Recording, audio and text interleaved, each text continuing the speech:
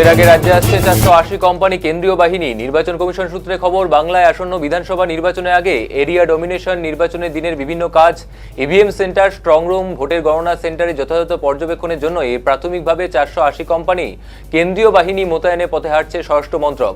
Commission সূত্রে খবর, 1 March রাজ্যে আসছে 280 কোম্পানি কেন্দ্রীয় বাহিনী এবং 10 মার্চ আসছে বাকি 240 কোম্পানি কেন্দ্রীয় বাহিনী।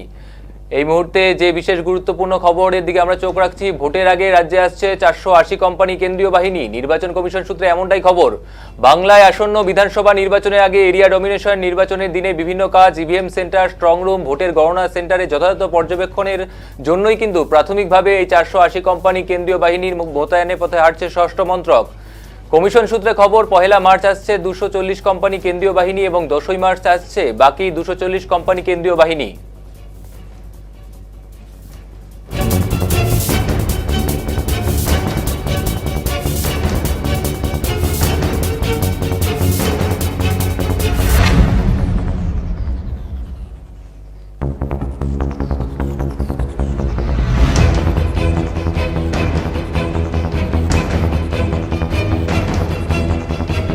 এই মুহূর্তে যে গুরুত্বপূর্ণ খবর দিকে আমরা চোখ রাখছি, ভোটের আগে রাজ্যে আসছে 480 কোম্পানি কেন্দ্রীয় বাহিনী। নির্বাচন কমিশন সূত্রে এমনটাই খবর। বাংলায় আসন্ন বিধানসভা নির্বাচনের আগে এরিয়া ডমিনেশন, নির্বাচনের দিনের বিভিন্ন কাজ, ইভিএম সেন্টার, স্ট্রং রুম, ভোটের গণনা সেন্টারে যথাযথ পর্যবেক্ষণের জন্যই প্রাথমিকভাবে এই 480 কোম্পানি কেন্দ্রীয় বাহিনী মোতায়েনে পথে হাঁটছে স্বরাষ্ট্র মন্ত্রক।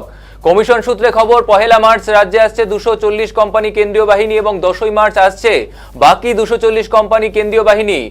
এই মুহূর্তে কিন্তু যে প্রাথমিক রিপোর্ট, সেই রিপোর্ট অনুযায়ী 240 কোম্পানি এবং 240 কোম্পানি করে মোট 480 কোম্পানি কেন্দ্রীয় বাহিনী মোতায়েনের কথা ভাবছে স্বরাষ্ট্র মন্ত্রক। সামনে বিধানসভা নির্বাচন, আর তার আগেই কিন্তু এমনই সূত্রের দাবি।